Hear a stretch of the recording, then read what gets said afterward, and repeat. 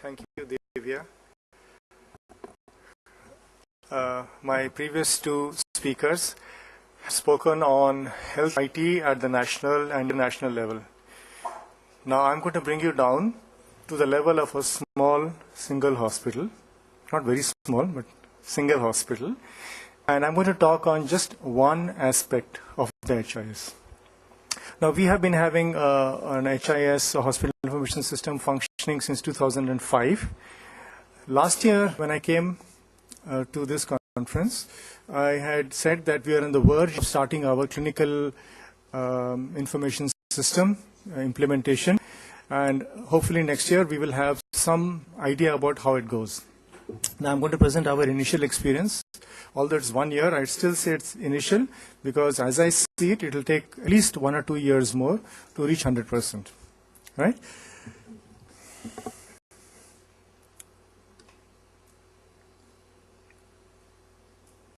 I pointed towards something? Okay, just use page.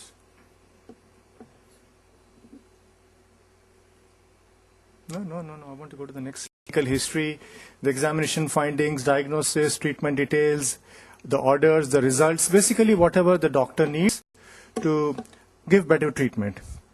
And if you take any good ERP system and add a very electronic medical record, EMR, to it, that is an HIS. And really good HISs, the top HISs in the world, are different from the ones which are not the top, not because they are different in the ERP part, but because they're different in the medical part, the EMR part. Now, ER implementation is notorious for being difficult anywhere, whether it's in India or whether it's in US or Sweden or wherever. And they say it is because of the doctors. Doctors are peculiar, they will work only in one way, not change. But it is also different because the data that has to be entered in the EMR is different from the way doctors traditionally enter data. Well, let's see what is special about the doctors first. They are busy, they are mobile, computers tie them to one place. Yes, you do have these wireless devices, tablets, but doctors find it very convenient having one hand tied all the time and examining a patient and running from one place to the other. So really, they have not adopted that. It's okay for dietitians, for paramedical, but doctors, really, clinicians have not adopted that. They are resistant to change. All people are. Doctors probably are a little bit more. And the elder ones, of course, do not like computers. Now they are busy. If a doctor has to see 20 patients in 1 hour, and he has to spend 3 minutes per patient, that's about the bare minimum. Because he has to talk to the patient. Otherwise, it's just a machine, isn't it? It's not a doctor. How will he enter data? You see, 20 into 3 itself is 60 minutes. His whole time is spent in seeing patients. Where is he going to find the time to enter data? He will enter it in the case sheet. But if you say enter it also in the electronic medical record, he will say, sorry, my patients come first. So that is why EMR implementation is difficult in busy hospitals. You will find paperless hospitals. Go to those places and you will always find one thing which is common with all these paperless offices, that their workload is low. You will never find a busy hospital that has gone paperless unless it's one of the real exceptional hospitals like Mayo Clinic or something like that.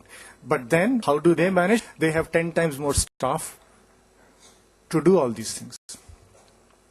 But our EMR is also to blame. So let's look at what a doctor does when he comes and sees a patient and then he writes in the case sheet. He opens the case sheet, he scribbles, signs, sometimes doesn't do that also, walks off. But if he's asked to do the same thing in the computer, he has to first log on with his password, and Windows is notorious for slowing down everything. Then he has to navigate to the correct patient, and then he has to navigate to the correct field where he has to make the entry.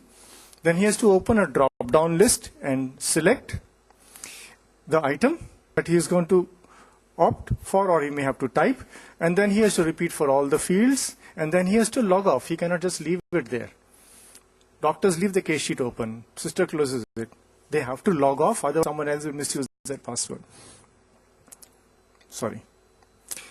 And then he has to enter on paper also. So we're going to discuss these two things. When I said drop-down list and paper.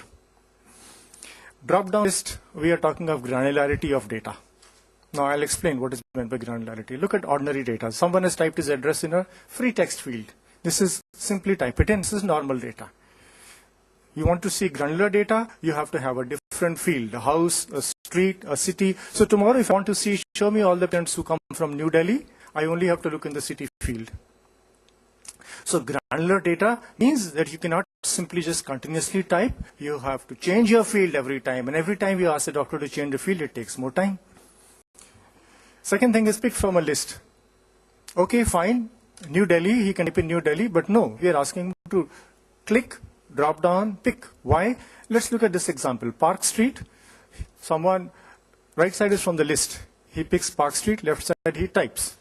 But he can type in a different way, where if he picks from a drop-down list is always the same. Uniformity of data. How does it matter? It matters when you're doing data analysis.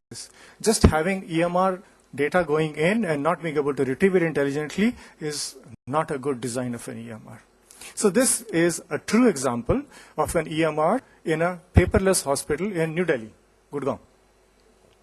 And they have no documentation. The only paper I found was the patient's consent form. That's all, nothing else. Everything is entered, but in free text. Tomorrow, if you want to analyze, I said, okay, how do you pick up your diagnosis? How do you analyze the diagnosis? They said, we don't do data analysis. I said, okay, what about the management information service reports do you produce? None.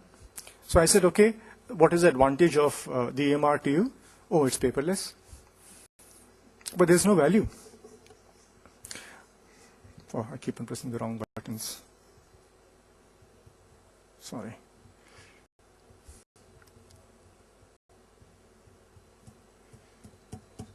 Okay, look at this. Diabetes mellitus. They spelled it wrong with a single L. Should be double L. Tomorrow, if even someone does get a free text search engine, they'll miss it out. And someone may write DM.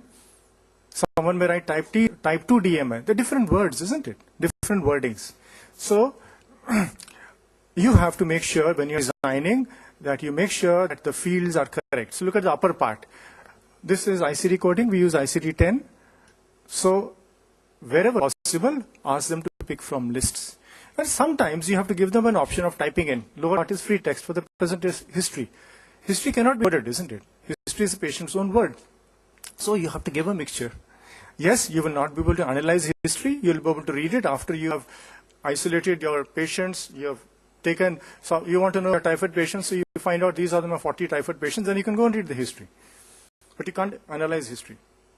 So the lesson is plan your EMR structure very carefully before you start, because you cannot change it once you have made your first few entries. Keep it granular as far as possible, otherwise you will not reap benefits from it. Think ahead. Think, what are you going to reap benefits on? What are the advantages to the hospital? There has to be some value return. So the implementation strategy is very important, and it depends upon the hospital setup. Classically, it's always carrots and sticks. But our hospital is slightly different. Our consultants are not true employees, they are partners. You cannot show them a stick. So we only have carrots. So there are two carrots we have used, and they have worked very well. One is an automated discharge summary, I'll explain it, and other is data analysis. So let's look at this automated discharge summary. These are the various fields. Don't bother reading them. Basically, the doctor goes to the respective area, he enters diagnosis, blood pressure and the blood pressure fields and all that. There are some 20, 30, 40 fields he has to fill. It doesn't take very long, because after they have done their first 7, 8, 10 cases, they take out 7, 8 minutes per patient. And then we convert it all automatically into a discharge summary. So the logic that we told them is that, okay, you're going to anyway enter it in the computer, you're anyway going to type it in MS Word, and you're going to print it. Well, use our software, enter it in the respective fields, you will get the same result, and your data is stored for future use. So they said, fine, it makes sense. The second is data analysis. So we have an excellent data warehousing and data mining engine. It's a separate add-on. We have given dashboards to the individuals, to the different departments. They do not come to us for getting data. They come to us for the first time saying, this is the data we want. We prepare the dashboard for them.